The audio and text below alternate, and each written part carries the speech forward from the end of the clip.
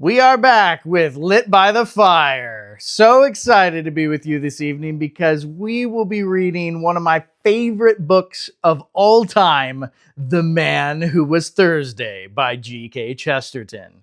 This is also a favorite of my boys, and it requires quite some enthusiasm when you read it. So I will look forward to bringing the energy tonight. And if you have not read this book, which I imagine you haven't, you are in for a nightmare of an adventure, for reals. That is how G.K. Chesterton described it, as I think he feverishly pinned it on a train ride or something like that. It was ridiculous. I will begin with a dedication by Chesterton to his friend Edmund Clarihue Bentley. It is a poem, and it goes like this. A cloud was on the mind of men, and wailing went the weather. Yea, a sick cloud upon the soul when we were boys together. Science announced nonentity, and art admired decay. The world was old and ended, but you and I were gay. Round us the antic order, their crippled vices came. Lust that had lost its laughter, fear that had lost its shame. Like the white lock of Whistler that lit our aimless gloom, men showed their own white feather as proudly as a plume. Life was a fly that faded, and death a drone that stung. The world was very old indeed when you and I were young. They twisted even decent sin to shapes not to be named. Men were ashamed of honor, but we were not ashamed.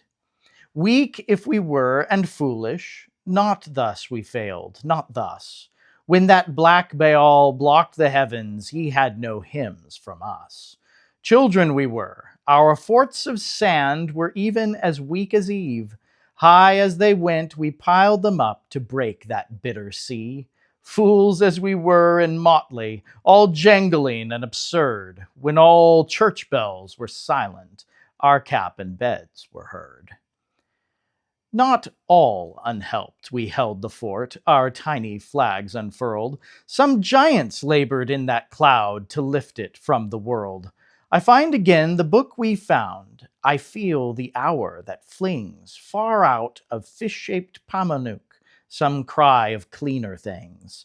And the green carnation withered, as in forest fires that passed, roared in all the wind of all the world 10,000,000 leaves of grass.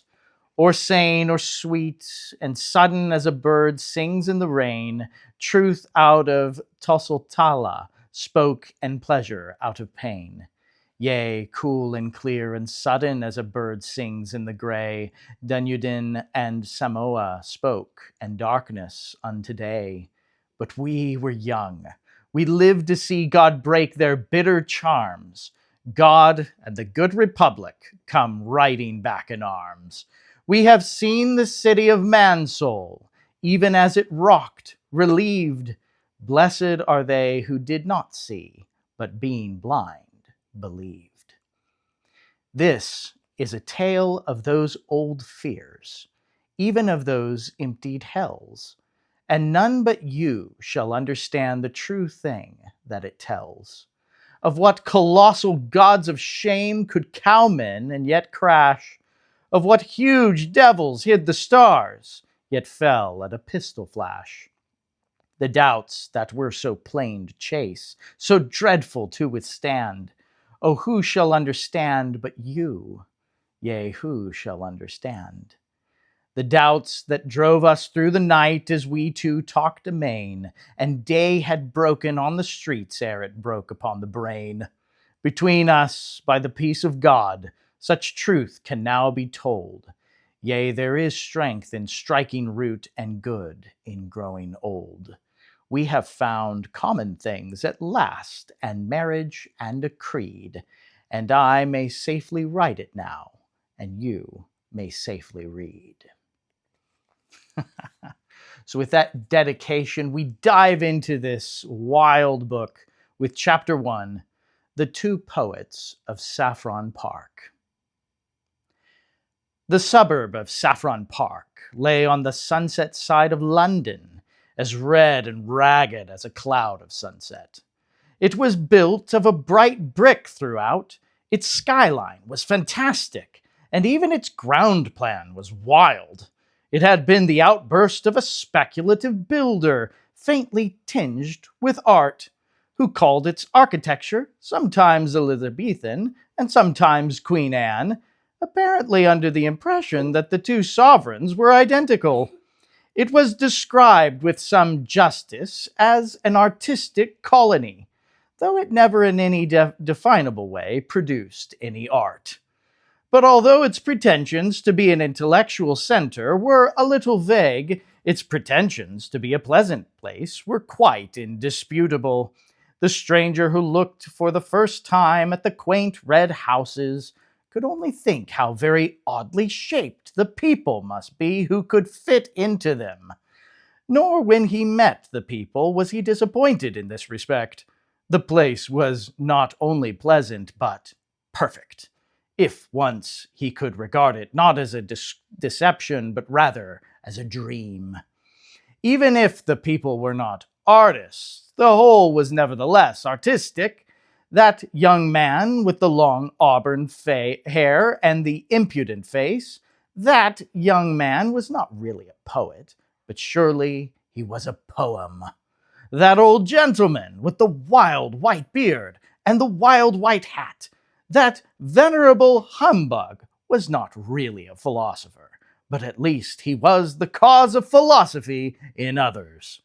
That scientific gentleman with the bald egg-like head and the bare bird-like neck had no real right to the airs of science that he assumed.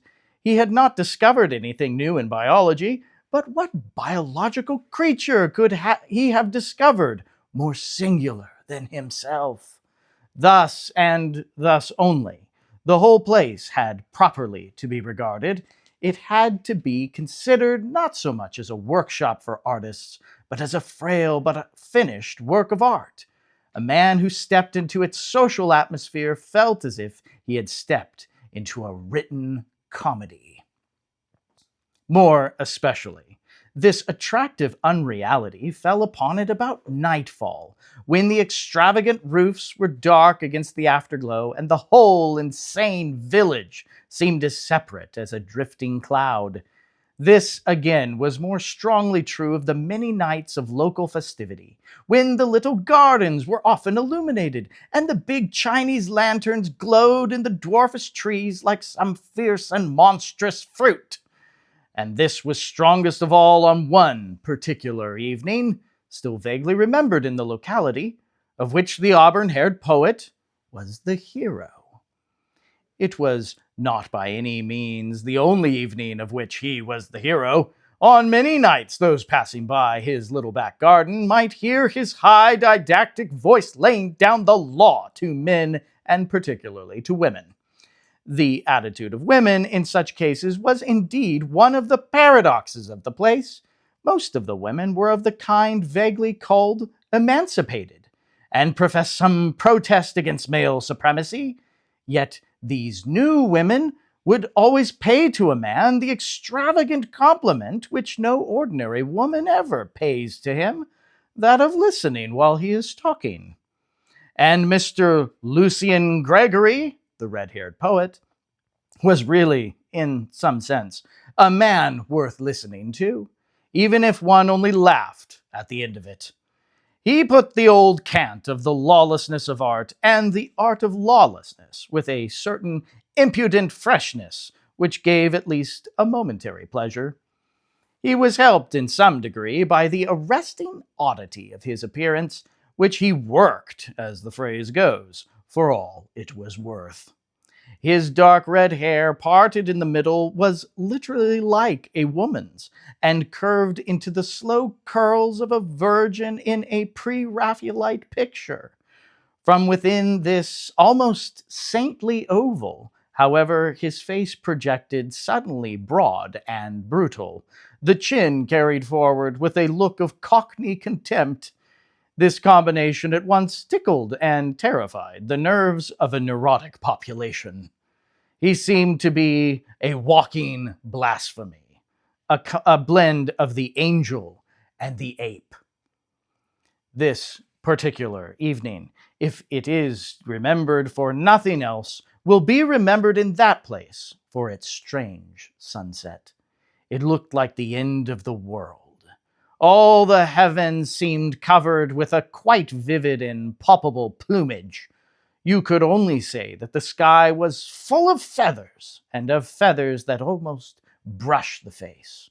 Across the great part of the dome they were gray, with the strangest tints of violet and mauve and in a natural pink or pale green. But toward the west, the whole grew past description, transparent and passionate, and the last red-hot plumes of it covered up the sun like something too good to be seen. The whole was so close about the earth as to express nothing but a violent secrecy. The very Empyrean seemed to be a secret. It expressed that splendid smallness which is the soul of local patriotism. The very sky seemed small. I say that there are some inhabitants who may remember the evening, if only by that oppressive sky. There are others who may remember it because it marked the first appearance in the place of the second poet of Saffron Park. For a long time, the red-haired revolutionary had reigned without a rival. It was upon the night of the sunset that his solitude suddenly ended. The new poet, who introduced himself by the name of Gabriel Syme, was a very mild-looking mortal, with a fair pointed beard and faint yellow hair. But impression grew that he was less meek than he looked. He signalized his entrance by differing with the established poet, Gregory, upon the whole nature of poetry. He said that he, Syme, was a poet of law, a poet of order. Nay, he said he was a poet of respectability. So all the Saffron Parkers looked at him as if he had that moment fallen out of that impossible sky. In fact, Mr. Lucian Gregory, the anarchic poet, connected the two events. "It may well be," he said in his sudden lyrical manner, "it may well be on such a night of clouds and cruel colors that there is brought forth upon the earth such a portent as a respectable poet. You say you are a poet of law. I say you are a contradiction in terms. I only wonder if there were not comets and earthquakes on the night you appeared in this garden." The man with the meek blue eyes and the pale pointed beard endured these thunders with a certain submissive solemnity. The third party of the group, Gregory's sister Rosamond, who had her brother's braids of red hair but a kindlier face underneath them, laughed with such mixture of admiration and disapproval as she gave commonly to the family oracle. Gregory resumed in high or oratorical good humor. "An artist is identical with an anarchist," he cried. "You might transpose the words anywhere. An anarchist is an artist. The man who throws a bomb is an artist because he prefers a great moment to everything. He sees how much more valuable is one burst of blazing light, one peal of perfect thunder, than the mere common bodies of a few shapeless policemen. An artist disregards all governments, abolishes all conventions. The poet delights in disorder only. If it were not so, the most poetical thing in the world would be the Underground Railway." "So it is," said Syme. "Nonsense," said Gregory, who was very rational when anyone else attempted paradox. "Why do all the clerks and navvies in the railway trains look so sad and tired? So very sad and tired? I will tell you. It is because they know that the train is going right. It is because they know that Whatever place they have taken a ticket for, that place they will reach. It is because after they have passed Sloane Square, they know that the next station must be Victoria, nothing but Victoria. Oh, their wild rapture! Oh, their eyes like stars and their souls again in Eden, if the next station were unaccountably Baker Street. It is you who are unpoetical, replied the poet Syme. If what you say of clerks is true, they can only be as prosaic as your poetry. The rare, strange thing is to hit the mark. The gross, obvious thing is to miss it. We feel it is epical when man with one wild arrow strikes a distant bird. Is it not also epical when man with one wild engine strikes a distant station? Chaos is dull, because in chaos the train might indeed go anywhere, to Baker Street or to Baghdad. But man is a magician, and his whole magic is in this, that he does say Victoria, and lo, it is Victoria. No, take your books of mere poetry and prose. Let me read a timetable with tears of pride. Take your Byron, who commemorates the defeats of man. Give me Bradshaw, who commemorates his victories. Give me Bradshaw, I say. Must you go? Inquired Gregory, sarcastically. I tell you, went on Syme with passion, that every time a train comes in, I feel that it has broken past batteries of besiegers, and that man has won a battle against chaos. You say contemptuously that when one has left Sloane Square, one must come to Victoria. I say that one might do 1,000 things instead, and that whenever I really come there, I have a sense of hair-breadth escape. And when I hear the guard shout out the word Victoria, it is not an unmeaning word. It is to me the cry of a herald announcing conquest. It is to me indeed Victoria. It is the victory of Adam. Gregory wagged his heavy red head with a slow and sad smile. And even then, he said, we poets always ask the question, and what is Victoria now that you have got there? You think Victoria is like a New Jerusalem. We know that the New Jerusalem will only be like Victoria. Yes, the poet will be discontented even in the streets of heaven. The poet is always in revolt. There again, said Syme irritably. What is there poetical about being in revolt? You might as well say that it is poetical to be seasick. Being sick is a revolt. Both being sick and being rebellious may be the wholesome thing on certain desperate occasions, but I'm hanged if I can see why they are poetical. Revolt in the abstract is revolting. It is mere vomiting. The girl winced for a flash at the unpleasant word, but Syme was too hot to heed her.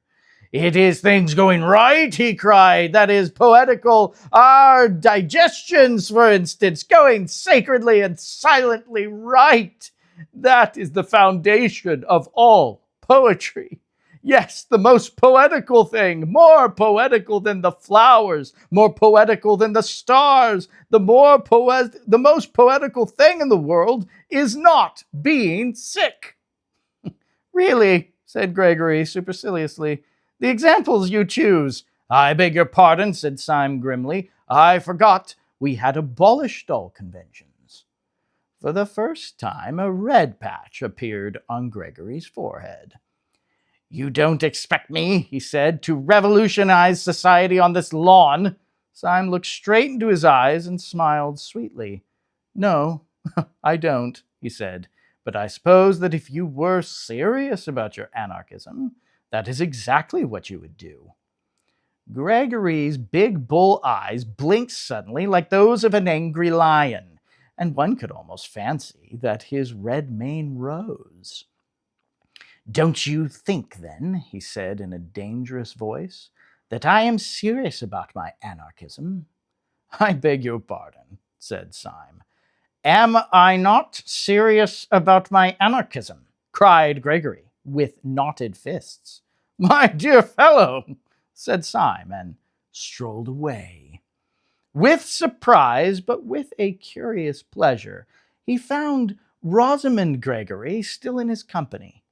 "Mr. Syme," she said, "do the people who talk like you and my brother often mean what they say? Do you mean what you say now?" Syme smiled. "Do you?" he asked. "What do you mean?" asked the girl with grave eyes. "My dear Miss Gregory," said Syme gently, "there are many kinds of sincerity and insincerity. When you say, 'Thank you for the salt,' do you mean what you say? No. When you say, 'The world is round,' do you mean what you say? No. It is true, but you don't mean it. Now, sometimes a man like your brother really finds a thing he does mean. It may be only a half-truth, quarter-truth, tenth-truth, but then he says more than he means from sheer force of meaning it." She was looking at him from under level brows. Her face was grave and open, and there had fallen upon it the shadow of that unreasoning responsibility which is at the bottom of the most frivolous women, the maternal watch which is as old as the world. "Is he really an anarchist, then?" she asked. "Only in the sense I speak of," replied Syme, "or if you prefer it, in that nonsense." She drew her broad brows together and said abruptly, "He wouldn't really use bombs or that sort of thing." Syme broke into a great laugh that seemed too large for his slight and somewhat dandified figure. "Oh, good Lord, no," he said.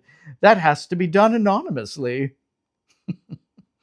And at that, the corners of her own mouth broke into a smile, and she thought with a simultaneous pleasure of Gregory's absurdity and of his safety.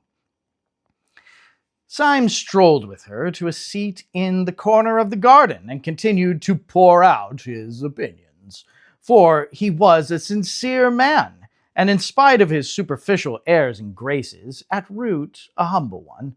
And it is always the humble man who talks too much. The proud man watches himself too closely.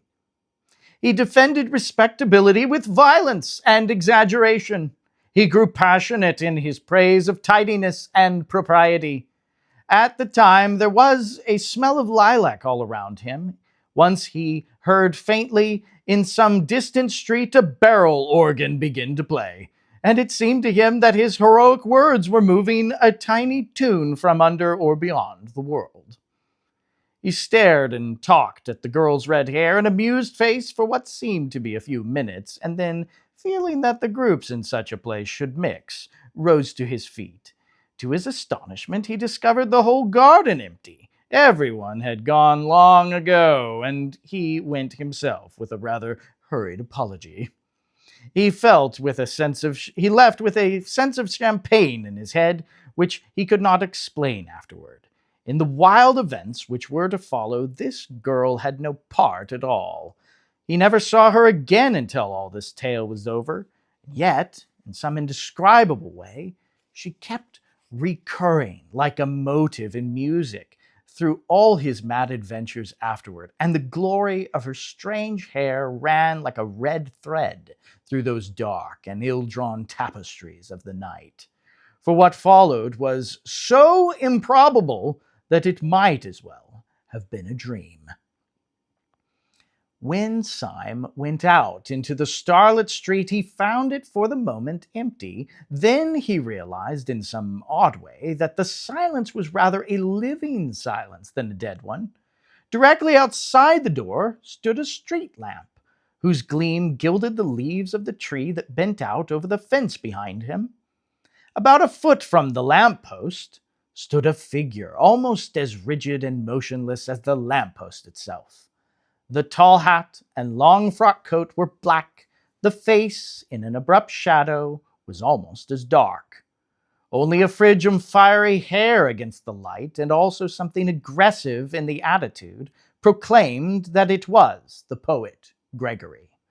He had something of the look of a masked bravo waiting sword in hand for his foe. He made a sort of doubtful salute, which Syme somewhat more formally returned. "I was waiting for you," said Gregory. "Might I have a moment's conversation?" "Certainly. What about?" asked Syme in a sort of weak wonder. Gregory struck out with his stick at the lamp-post and then at the tree. "About this and this," he cried. "About order and anarchy. There is your precious order, that lean iron lamp, ugly and barren. And there is anarchy, rich, living, reproducing itself. There is anarchy, splendid in green and gold." "All the same," replied Syme patiently, "just at present you only see the tree by the light of the lamp. I wonder when you would ever see the lamp by the light of the tree." Then, after a pause, he said, "But may I ask if you have been standing out here in the dark only to resume our little argument?" "No," cried out Gregory in a voice that rang down the street. "I did not stand here to resume our argument, but to end it forever." The silence fell again, and Syme, though he understood nothing, listened instinctively for something serious. Gregory began in a smooth voice and with a rather bewildering smile. "Mr. Syme," he said, "this evening you succeeded in doing something rather remarkable. You did something to me that no man born of woman has ever succeeded in doing before." "Indeed."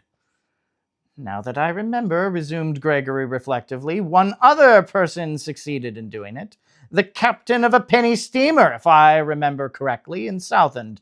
You have irritated me." "I am very sorry," replied Syme with gravity. "I am afraid my fury and your insult are too shocking to be wiped out, even with an apology," said Gregory very calmly. "No duel could wipe it out. If I struck you dead, I could not wipe it out. There is only one way in which that insult can be erased, and that way I choose. I am going, at the possible sacrifice of my life and honor, to prove to you that you were wrong in what you said." "In what I said?" "You said I was not serious about being an anarchist." "There are degrees of seriousness," replied Syme. "I have never doubted that you were perfectly sincere in this sense, that you thought what you said well worth saying, and that you thought a paradox might wake men up to a neglected truth." Gregory stared at him steadily and painfully. "And in no other sense," he asked, "you think me serious? You think me a flaneur who lets fall occasional truths. You do not think that in a deeper, a more deadly sense, I am serious." Syme struck his stick violently on the stones of the road. "Serious!" he cried. "Good Lord, is this street serious? Are these damn Chinese lanterns serious? Is the whole caboodle serious? One comes here and talks a pack of bosh, and perhaps some sense as well, but I should think very little of a man who didn't keep something in the background of his life that was more serious than all this talking. Something more serious, whether it was religion or only drink." "Very well," said Gregory, his face darkening. "You shall see something more serious than either drink or religion." Syme stood waiting with his usual air of mildness until Gregory again opened his lips. "You spoke just now of having a religion. Is it really true that you have one?" "Oh," said Syme with a beaming smile, "we are all Catholics now." "Then may I ask you to swear by whatever gods or saints your religion involves that you will not reveal what I am now going to tell you to any son of Adam, and especially not to the police? Will you swear that? If you will take upon yourself this awful abnegations, if you will consent to burden your soul with a vow that you should never make and a knowledge you should never dream about, I will promise you in return. You will promise me in return, inquired Syme as the other paused. I will promise you a very entertaining evening. Syme suddenly took off his hat. Your offer, he said, is far too idiotic to be declined. You say that a poet is always an anarchist. I disagree, but I hope at least that he is always a sportsman. Permit me here and now to swear as a Christian and promise as a good comrade and a fellow artist that I will not report anything of this, whatever it is, to the police. And now, in the name of Colney Hatch, what is it? I think, said Gregory with a placid irrelevancy, that we will call a cab. He gave 2 long whistles, and a hansom came rattling down the road. The 2 got into it in silence. Gregory gave through the trap the address of an obscure public house on the Chiswick bank of the river. The cab whisked itself away again, and in it these 2 fantastics quitted their fantastic town. Chapter 2. The Secret of Gabriel Syme.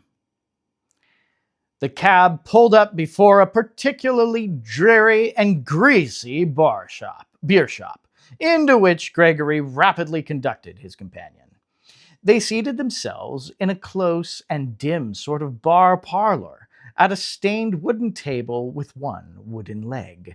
The room was so dark and small that very little could be seen of the attendant who was summoned, beyond a vague and dark impression of something bulky and bearded.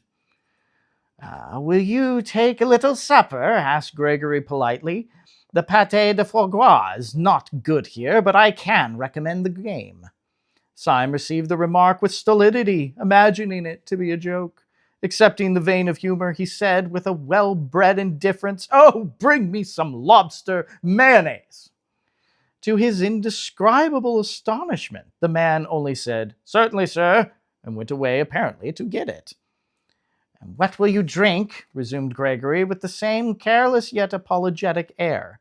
I shall only have the creme de menthe myself. I have dined, but the champagne can really be trusted. Do let me start you with a half-bottle of Pommery at least. Thank you, said the motionless Syme. You are very good. His further attempts at conversation, somewhat disorganized in themselves, were cut short finally by, as by a thunderbolt, by the actual appearance of the lobster. Syme tasted it and found it particularly good. Then he suddenly began to eat with great rapidity and appetite. Excuse me if I enjoy myself rather obviously, he said to Gregory, smiling.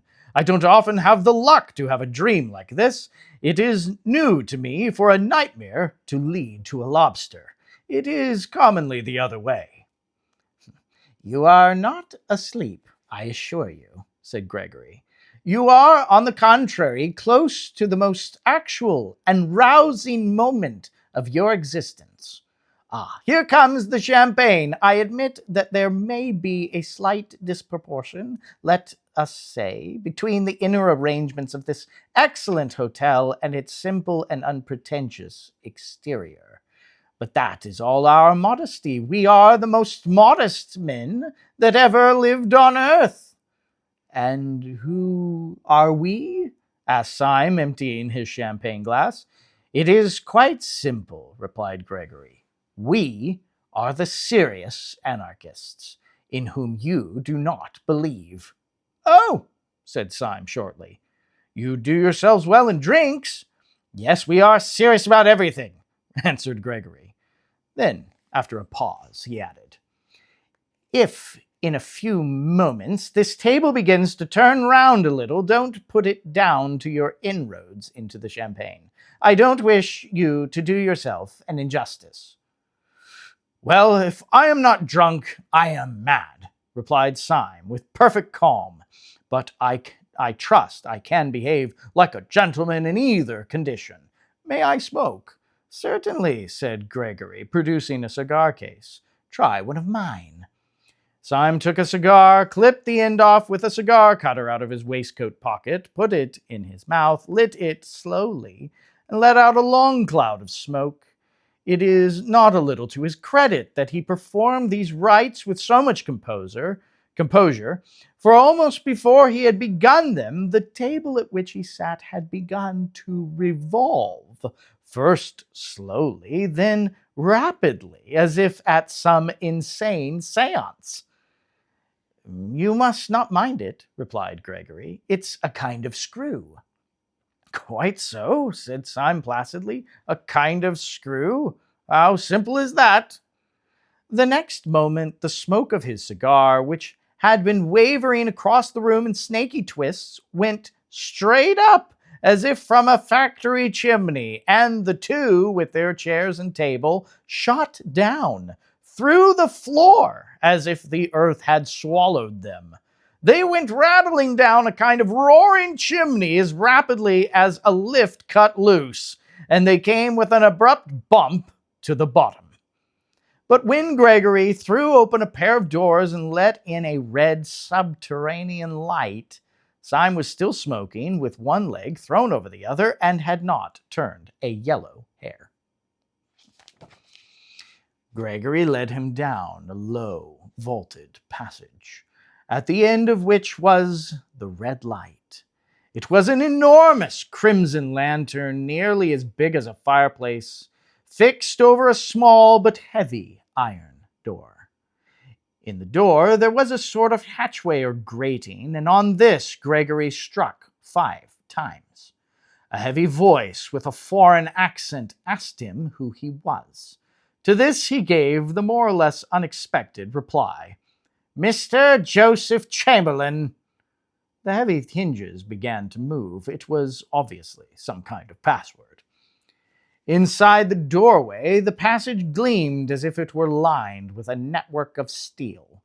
On a second glance, Syme saw that the glittering pattern was really made up of ranks and ranks of rifles and revolvers, closely packed or interlocked. "I must ask you to forgive me all these formalities," said Gregory. We have to be very strict here." "Oh, don't apologize," said Syme. "I know your passion for law and order." And he stepped into the passage lined with the steel weapons. With his long fair hair and rather foppish frock coat, he looked a singularly frail and fanciful figure as he walked down that shining avenue of death. They passed through several such passages, and came out at last into a queer steel chamber with curved walls, almost spherical in shape, but presenting, with its tiers of benches, something of the appearance of a scientific lecture theatre. There were no rifles or pistols in this apartment, but round the walls of it were hung more dubious and dreadful shapes, things that looked like the bulbs of iron plants or the eggs of iron birds. They were bombs, and the very room itself seemed like the inside of a bomb. Syme knocked his cigar ash off against the wall and went in. "And now, my dear Syme," said Gregory, throwing himself into an expansive manner on the bench under the largest bomb, "now we are quite cozy, so let us talk properly. No human words can give you any notion of why I brought you here. It was one of those quite arbitrary emotions, like jumping off a cliff or falling in love. Suffice it to say that you were an inexpressibly irritating fellow, and to do you justice, you are still. I would break 20 oaths of secrecy for the pleasure of taking you down a peg. Now that that way you have of lighting a cigar would make a priest break the seal of confession. Well, you said that you were quite certain I was not a serious anarchist. Does this place strike you as being serious?" "It does seem to have a moral under all its gaiety," assented Syme. "But may I ask you 2 questions? You need not fear to give me information, because, as you remember, you are very wisely You very wisely extorted from me a promise not to tell the police, a promise I shall certainly keep. So it is in mere curiosity that I make my queries. First of all, what is this really all about? What is it you object to? You want to abolish government? To abolish God, said Gregory, opening the eyes of a fanatic. We do not only want to upset a few despotisms and police regulations. That sort of anarchism does exist, but it is a branch of the nonconformists. We dig deeper, and we blow you higher. We wish to deny all those arbitrary distinctions of vice and virtue, honor and treachery, upon which mere rebels base themselves. The silly sentimentalists of the French Revolution talked of the rights of man. We hate rights as we hate wrongs. We have abolished right and wrong. And right and left, said Syme, with a simple eagerness. I hope you will abolish them too. They are much more troublesome to me. You spoke of a second question, snapped Gregory. Well, with pleasure, resumed Syme. In all your present acts and surroundings, there is a scientific attempt at secrecy. I have an aunt who lived over in a shop, but this is the first time I have found people living, from preference, under a public house. You have a heavy iron door. You cannot pass it without submitting to the humiliation of calling yourself Mr. Chamberlain. You surround yourself with steel instruments which make the place, if I may say so, more impressive than homelike. May I ask why, after taking all this trouble to barricade yourselves in the bowels of the earth, you then parade your whole secret by talking about anarchism to every silly woman in Saffron Park? Gregory smiled. The answer is simple, he said. I told you I was a serious anarchist, and you did not believe me. Nor do they believe me. Unless I took them into this infernal room, they would not believe me. Syme smoked thoughtfully and looked at him with interest. Gregory went on. The history of the thing might amuse you, he said. When first I became one of the new anarchists, I tried all kinds of respectable disguises. I dressed up as a bishop. I read up all about bishops in our anarchist pamphlets, in The Superstition of Vampire and Priests of Prey. I certainly understood from them that bishops are strange and terrible old men keeping a cruel secret from mankind. I was misinformed. When on my first appearing in Episcopal gaiters in a drawing room, I cried out in a voice of thunder, Down! Down, presumptuous human reason! They found out in some way that I was not a bishop at all. I was nabbed at once. Then I made up as a millionaire. But I defended capital with so much intelligence that a fool could see that I was quite poor. Then I tried being a major. Now I am a humanitarian myself, but I have, I hope, enough intellectual breadth to understand the position of those who, like Nietzsche, admire violence, the proud, mad war of nature and all that, you know. I threw myself into the major. I drew my sword and waved it constantly. I called out blood abstractedly, like a man calling for wine. I often said, Let the weak perish, it is the law. Well. It seems majors don't do this. I was nabbed again. At last I went in despair to the president of the Central Anarchist Council, who is the greatest man in Europe. What is his name? Asked Syme. You would not know it, answered Gregory. That is his greatness. Caesar and Napoleon put all their genius into being heard of, and they were heard of. He puts all his genius into not being heard of, and he is not heard of.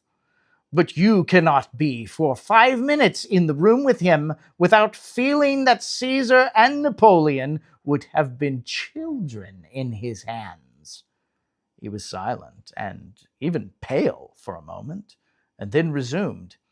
But whenever he gives advice, it is always something as startling as an epigram, and yet as practical as the Bank of England. I said to him, "What disguise would hide me from the world? What can I find more respectable than bishops and majors?" He looked at me with his large but indecipherable face. "You want a safe disguise, do you? You want a dress which will guarantee you harmless. A dress in which no one would ever look for a bomb." Oh, I nodded. He suddenly lifted his lion's voice. "Why then dress up as an anarchist, you fool?" He roared so that the room shook. "Nobody will ever expect you to do anything dangerous then." And he turned his broad back on me without another word. Oh, I took his advice and have never regretted it. I preached blood and murder to those women day and night, and by God, they would let me wheel their perambulators. Syme sat watching him with some respect in his large blue eyes. "You took me in," he said. "It really is a smart dodge." Then after a pause he added, "What do you call this tremendous president of yours?" "Well, we generally call him Sunday," replied Gregory with simplicity. "You see, there are 7 members of the Central Anarchist Council, and they are named after days of the week. He is called Sunday, by some of his admirers, Bloody Sunday.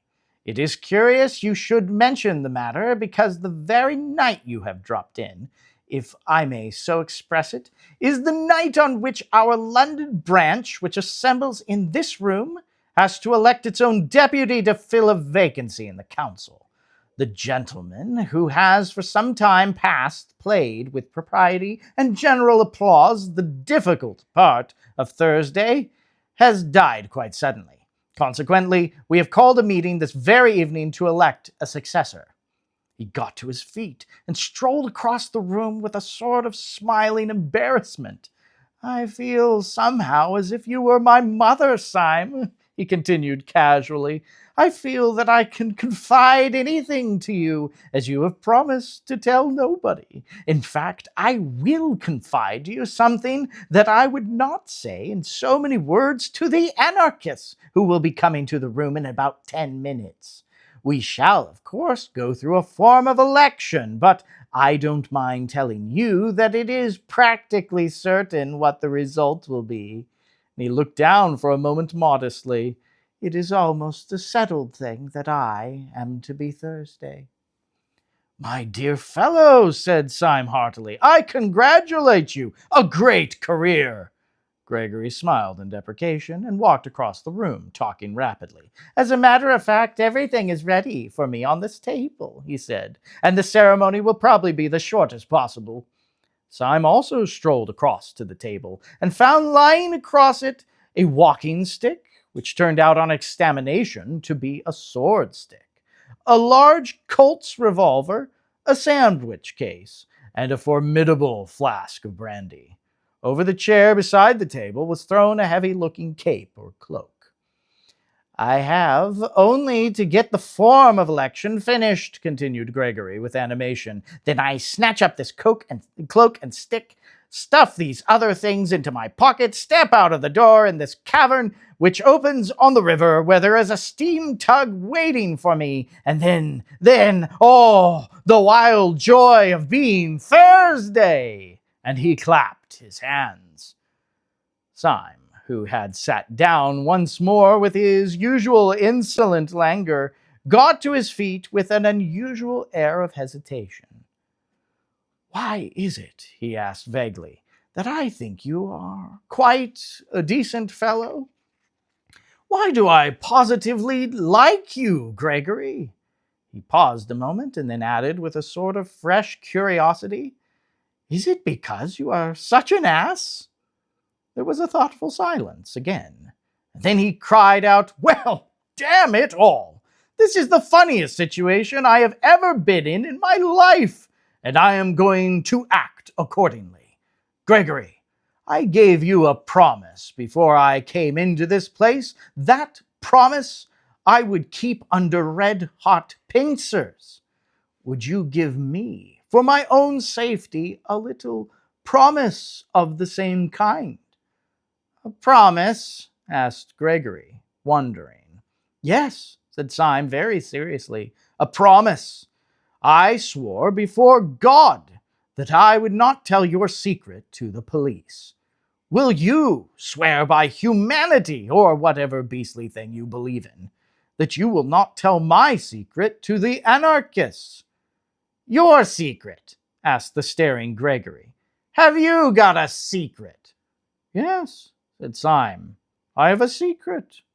Then, after a pause, "Will you swear?"